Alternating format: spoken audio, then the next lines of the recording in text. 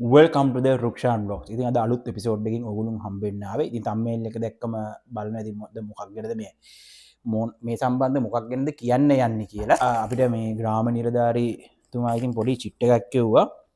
මේ මොකද රිලව වඳුර දඬුලේන මොනර. ඒ සතුන් දැක්ක ඊටපු ගාන සතුන් ගණනය කියලා වෙනම තියෙනවා. මේ ගෘහමූලිකගේ අත්සන හා දුරකථන අංකය දාලා චිට් එකක් තියෙනවා. එවල තියෙනවා. හරි. දැන් අපිට එතකොට මේක කරන්න තියෙන්නේ මම චිට් එකේ තියෙන දේ කියන්න. දිස්ත්‍රික්කය ප්‍රාදේශීය රිබිනය කෘෂි භෝග සඳහා හානි කරන සතුන්ගේ සංගණනය 2025. එහෙම තමයි මේක තියෙන්නේ. ඊට පස්සේ මේකේ තියෙන කරුණු සිංහල භාෂාවෙන් සහ දමිළ භාෂාවෙන් දෙකෙන්ම තියෙනවා. 2025 තුන්වන මාස 15 වන සෙනසුරාදා දින පෙරවරු 8:05 අතර කාලය තුල මාගේ ගෙවත්ත හා මාගේ වගා පරිශ්‍රයන්හි දුටු පහත නම් සඳහන් සතුන් ගණන නිවැරදිව සලකුණු කළ බව සහතික කරමි. හරිද? ඒ කියන්නේ දැන් මේ චිට් එකේ තියෙන්නේ මේ මම ඔයගොල්ලන්ට හරියට ක්ලියර් මම දාන්න. ඒකේ තියෙන්නේ මේ සත්තු 4 දෙනා දාලා තියෙනවා. හිස්තැන් පුරවන්න තියෙන්නේ. ඒ 8:05 අතර වෙලාවේ ඒ සත්තු දැක්ක ගාන බලලා ලියන්න තියෙන්නේ. දැන් මේ කරන කවුද අර මේ සම්බන්ධයේ අමාත්‍යාංශ ඒ අමාත්‍යවරයා කියලා තියෙනවා. මේ ඒ අල්ලපු ගෙවල් වල ඉන්න සත්තු ගණන් කරන්න එපා. ඕමම මේ කියලා තියෙනවා. එතකොට ඒ කියන්නේ අපේ තමන්ගේ පරිශ්‍රයේ ඉන්න ඒ අදාළ කරන මේ සඳහන් සත්තු ටික තමයි කියන්නේ කියලා තියෙන්නේ. හරි. දැන් මේක මම දන්නේ මොන අරමුණකින් කරනවද කියලා නිකන් මීට වඩා දියුණු ක්‍රම නැද්ද? සත්තුන්ගේ සංගණනයක් කරන්න මීට වඩා දියුණු ක්‍රම නැද්ද? පොඩ්ඩක් ඒ වගේ දියුණු ක්‍රමයකට යන එක හොඳ නැද්ද? මං අහන්නේ ඒක. සාමාන්‍ය යමක්කමත් තේරෙන මිනිස්සු පවා අහන්නේ ඒක. හරි. අපි නිකන් හිතමුකෝ දැන් ඕගොල්ලෝ දන්නවා මේ මෑතක අර ලයිට් ගියානේ. ඒ ලයිට් ගිය එක හේතුව රිලෙවෙක් කියලා කිව්වා. දැන් BBC වල කියන්නේ විදේශීය ප්‍රවෘත්ති සේවාවලත් ඒක ගියා. දැන් එහෙම නිවුස් වලත් ගියා. ඒ කියන්නේ විදේශීය ප්‍රවෘත්ති වල පවා ඒ වඳුරෙක්ගෙන් මෙහෙම මුළු රටේම ලයිට් ගියා කියලා ඒ ප්‍රවෘත්තියක් ගියා. එතකොට නිකන් හිතන්න මේවකත් එහෙම ගියොත් කොහොමද? මොකද ඊළඟට මේක මේ දමිළ භාෂාවෙන් සහ මේ සිංහලෙන් තමයි එවලා තියෙන්නේ. මේ ඕකන් ඉංග්‍රීසියෙන් දැම්මොත් ඊට පස්සේ ඕක හරි නෑනේ. මේ අනේ මන් දන්නේ දැන් කොහොම මේවා කරනවද කියලා. මේක නිකන් ලොකුවට ගණන් ගන්නත් එපා කියනවා. ඒක නිකන් සංගණනයක් කියලා කියනවා. එක විවිධ හරි පැහැදිලි කතාවක් නෑ. ඇයි මේක මේ විදිහට කරන්නේ? එහෙමම නෑ. නිකන් සංගණනය මේ විදිහට කරන්නේයි කියලා හරියට කවුරුත් කියන්නේ නෑ. ඉතින් අපි කියමුකෝ දැන් මේ මම කියන්නේ මේ සම්බන්ධයෙන් හරි මේ විහිළු ෆනි දේවල් ගොඩක් තිබුණා මේ සමාජ මාධ්‍යවල. මම දැක්ක මේ ළඟදී මේ දැන් රිලව් නටවන එක්කෙනෙක් 8:02ට අපේ ගේ ඉස්සරහින් ගිහිල්ලා ඊට පස්සේ 8:03-4 වෙද්දි අල්ලපු ගෙදර රිලව් නටනවා නම් ඒක කොහොමද කවුන්ට් කරන්නේ? ඒක ප්‍රශ්න. එතකොට රිලෙක් හරි වඳුරෙක් හරි හරියට තමන්ගේ ඉඩම් ප්‍රමාණය ඉඩම මේ මායිමේ ඉන්නවනම් දැන් මායිමේ ඉන්නවනම් කොහොමද දැන් මට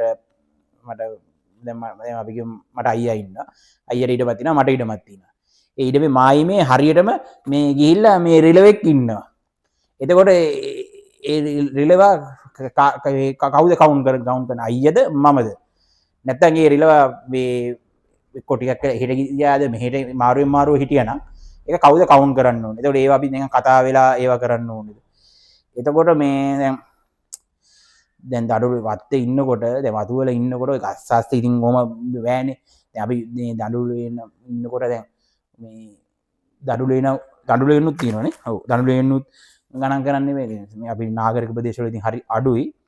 ඉතින් මේ රිලව වඳුර දඩුලේන මොනරක් දාලා තියෙනවා.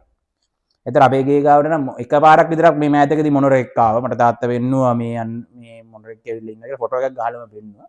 රිලව වඳුර මේ අඳුරගන්න පුළුවන් දෙක්කම. කුෂිකර්ම පසු සම්පත් ඉඩම් වාරි මාර්ග අමාත්‍යංශය තමයි මේක තිබලා තියෙන්නේ. හරි. දැන් ඉතින් ඊට පස්සේ මේක අපි ඉතින් ගණන් කරලා ඉතින් මම කියන්න ඉතින් එදාට මම වැඩ ඉතින් තාත්තා එදා වැඩේ කරනවා. ඉතින් මේ සමහරවිට අපිට ඔය කියන සත්තු జాති එකක්වත් දකින්න නැති වෙන්නත් පුළුවන්. මේ හොඳ වෙලාවට මේක නිකන් මේ මීහරක් වගේ මීහරක් කුළුහරක් එලාරක් වගේ නම් දාලා නැහැ. සමහරකට මේ පාරේ යනකොටත් අපි ඉතින් කරදර කරන ඉතින් සත්තු ඉතින් මීහරක් ඉතින් තව ඉස්සරහට තව මේ මම මේ කල්පනා කරන්නේ මේකේ දැන් වල්ලූර දාලා නැත්තේ අය කියලා. දැන් වගාවට හානි කරන්නේ නැද්ද? වල්ලූර කියලා කියන්න පුළුවන්ද? දැන් අලියට වලි නම් ගණන් කරන්න පුළුවන් මොකක් හරි සිස්ටම් එකක් ඇතිනේ. වල්ලූර නැත්තේ ඇයි? ඇයි ඒ? වල්ලූර නැත්තේ ඇයි? දැන් තාත්තා දැන් මට කියනවා මේ ගිරවත් වගාවට හානි කරන සතෙක්.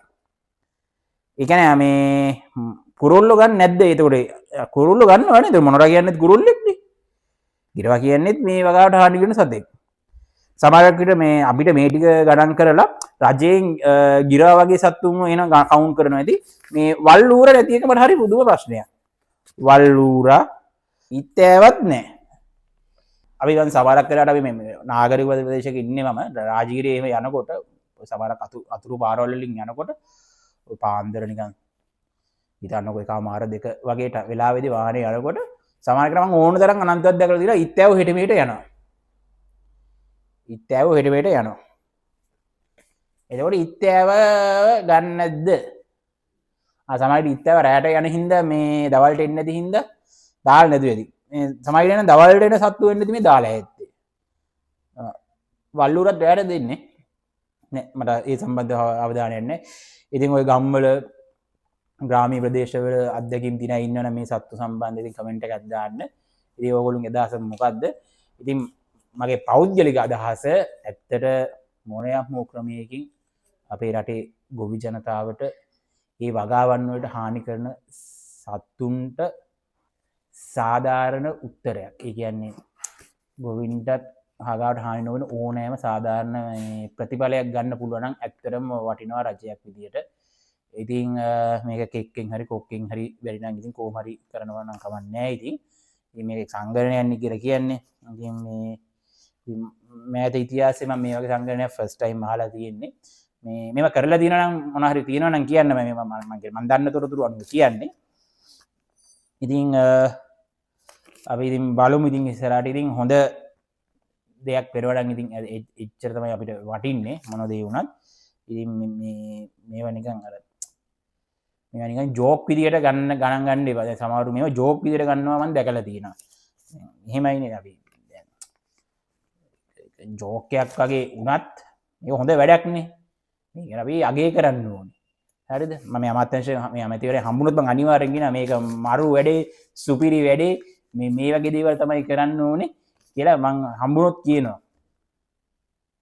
නෑ මං කියන්නේ හම්බුනොත් කියන්නේ සද්ද නැතුව ඉන්නවා. මේ ඉතින් ඕගොල්ලන්ට මේ සම්බන්ධව මොනවා හරි අදහස් තියෙනවා නම් ඉතින් කමෙන්ට් එකක් දාන්න. ඉතින් ඉස්සර මොන වගේ කාරණාද තියෙන කියලා බලලා මේ කියන්න. ඉතින් මගේ මේ මම අන්තිමට කරපු වීඩියෝ ගොඩ දෙනෙක් බලලා තිබුණා මගේ අනිත් වීඩියෝ වලට සාපේක්ෂව. ඉතින් ඒකට thank you very much කියනවා.